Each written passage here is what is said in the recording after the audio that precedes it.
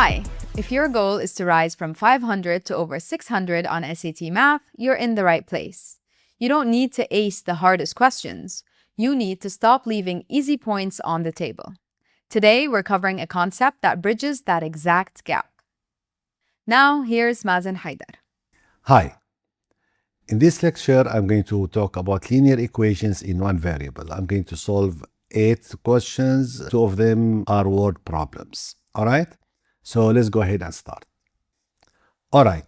So what we have here is just expression equal expression. And to solve this type of problem, well, what we need is just to apply what we learned here. I did cover this in details in the roadmap to 500 plus. So here quickly we can solve this. I'm going to combine this together to 5x, 3 and negative 4 to negative 1.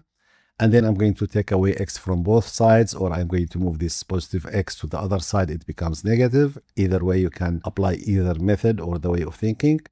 Here this is going to be 4x, 5x minus x. And then this negative 1, I need to move it there or add 1 to both sides. I end up with this. And 4x equal 38. And my answer is x equal 9.5. All right, so this is the first question. Let's go ahead to the next one. In this one here, what we have is same linear equations, but with fractions. And here the best way to start is just to get rid of this 5 and 3. We apply this. The least common multiples of 3 and 5 is 15.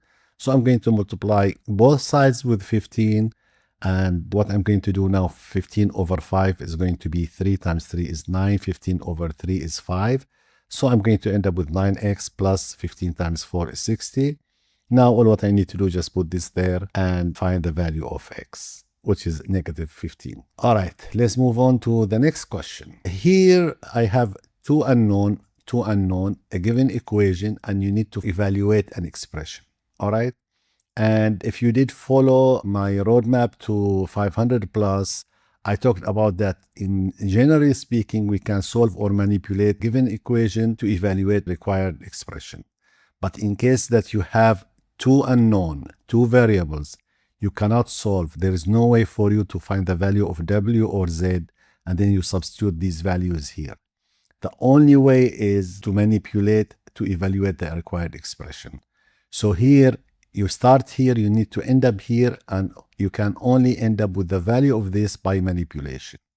So you manipulate what's given to you to end up with the value of 4w plus 4z. Now, if you look closely at this, this is actually 4 with parenthesis w plus z, and this is the value that we are looking for.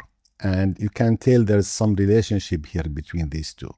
So what I'm going to do, I'm just going to find the value of 2 times w plus z here. And now all what I need to do is just multiply both sides by 2. And I end up with 4w plus 4z equal 32. So when you have one equation, two unknown, there is no way for you to know the value of w or z. All right. If you are given an equation with two unknown and they ask you to evaluate some expression, the only way to do it is just to manipulate, as we did here. And remember, this question is manufactured to be solvable. Like, for example, if I said, what is the value of w plus 3z?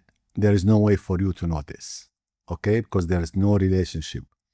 You cannot manipulate to find what I said, w plus 3z, all right? So whenever they put a question like this, they manufacture it in such a way that there is some relationship between the equation given to you and the expression they ask you to evaluate. So let's go to the next question. All right. Now, in this question, they're asking about how many solutions we have for this guy. 10 equal to x plus 4. They ask you how many solutions. They didn't ask you find me the solution, which is very important. They want to know how many values of x will satisfy this equation. Well, you can look at it and you say, okay, if x equal 3, 2 times 3 is 6, plus 4 is 10. Well, I know the solution, but they didn't ask you for the solution. They're asking you how many solutions. So in cases like this, you need to go back to this rule. If you can end up with x equals some value, so there is only one unique solution. So here for sure, you know that this is a very simple equation. It's solvable, and when you solve it, you are going to end up with x equals some value. So your answer should be exactly one solution. All right. Remember, there are cases here as shown here where you will end up with something 0 equals 0 or some value equal another value which is not equal to it, as stated here. And this will give you infinitely many solutions and no solutions. And we are going to see something like this in the next couple slides. But if you insist in making sure that there is a solution for this x equal p, you can go ahead and solve it and you end up with x equal 3. But they are not asking for the solution, they are asking for how many solutions. So they use this to trick you because they said here exactly 3.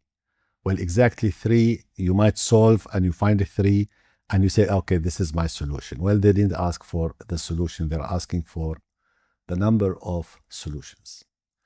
In this question here, how many solutions does the equation have? Okay, the same options we have here. Now I need to simplify. So I'm going to go ahead and simplify. And I notice 150x minus 90, and here I have 150x minus 90. They are identical.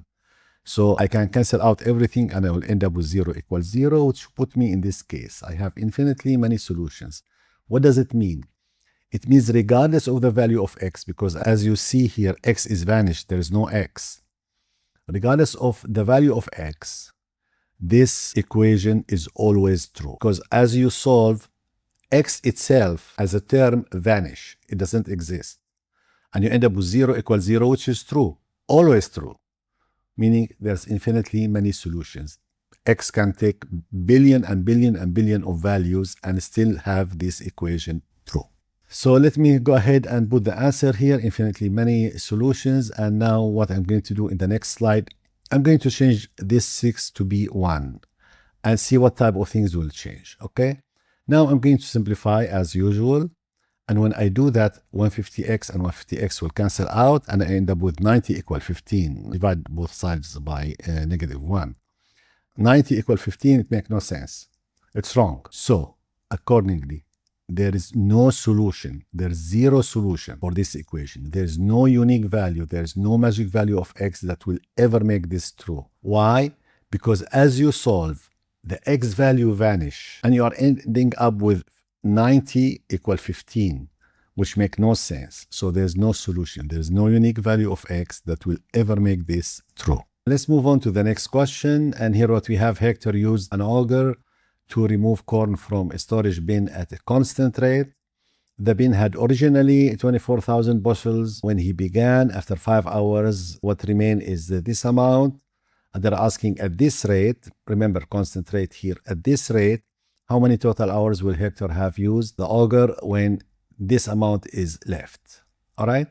So starting our solution, what we need to recognize, we started with an amount and after 5 hours, we end up with this amount. So generally speaking, I can put this equation here. What remain after a few hours is the starting amount, take away the amount removed. And we need to find equation to represent this situation. So here, what we are going to start with the amount remained. So we have 19,350 remained after 5 hours. Our starting amount is 24,000. And here what they stated is at constant rate. So this should ring a bell. And you should know that now what we have is a rate times how many hours. How many bushels was removed per hour times how many hours. So we are going to put -m bushels per hour times 5. So this is the equation that we have. And by solving this equation, we are going to end up with m equal 930. So we only cover this paragraph here, okay? We use the information in this paragraph to know m. So now what we can do, we can solve for what they want. They want at this rate, the number of hours needed for ending up with this amount of bushels remained. So I'm going to write the equation now. If this is the amount remained I needed, and this is the original, it's going to be removed at this constant rate. I calculated from here, bushels per hour, how many hours I need. And I solve this, I end up with t equal 12, meaning t equal 12 here is the answer. So the first paragraph will help you to find the rate. After you find the rate, you just need to plug in the numbers and you end up with the result here, t equal 12.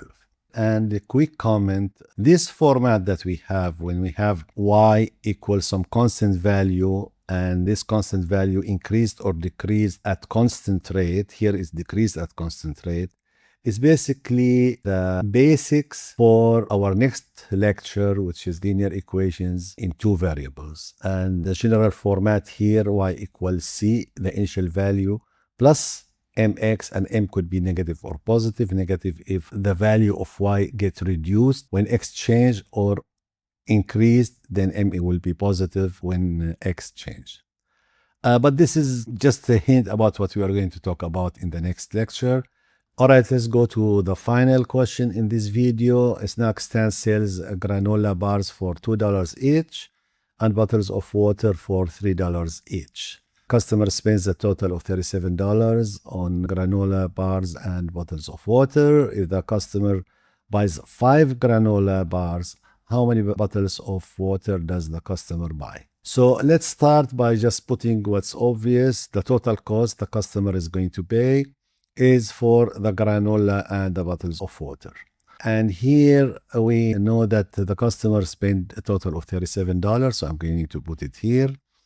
And now I look at the question. I know the cost of one granola bar is $2, and I'm going to use the rate equation here.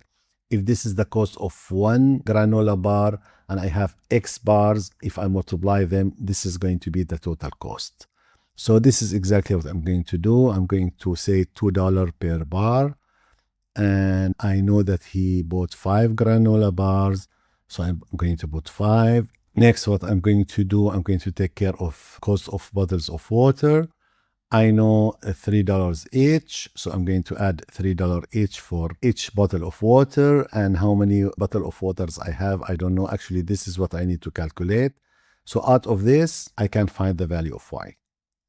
So this is straightforward now. 37, which is here, equal 2 times 5 plus 3y. I solve for y, I end up with $9. So the number of bottles of water the customer buy is 9. Now, this type of question where you have y equal some rate times x plus another rate times y is what we know as the second type of linear equation with two variables. And this is something we are going to talk about in the next lecture. But now just quick peek at it. A is a rate, B is a rate. I have two rates here, two different amount of things like here granola and water. And I multiply the rate with how many of it, this rate with how many of it, and I end up with D. All right? All right, guys, that's everything I want to talk about regarding linear equation in one variable. And the questions that I covered is just related to the roadmap from 500 to 600 plus. If you want more advanced problems in the same topic, linear equations in one variable, you need to look at similar video in our playlist roadmap from 600 to 700. See you guys soon. Take care. And that's it for today's topic. One more piece of the SAT Math Roadmap locked in. Every question you just saw comes straight from the College Board's own question bank. So what you just practiced is exactly what the real test looks like. But here's the thing. This video is the roadmap. Our full system is where you actually learn to navigate it. The link in the description has you covered, with comprehensive resources built for your target score and beyond. With that, let's look ahead. Our next lecture. Subscribe and hit the bell so you don't miss it. And remember, we're just a message away on WhatsApp if you have any questions. See you in the next one.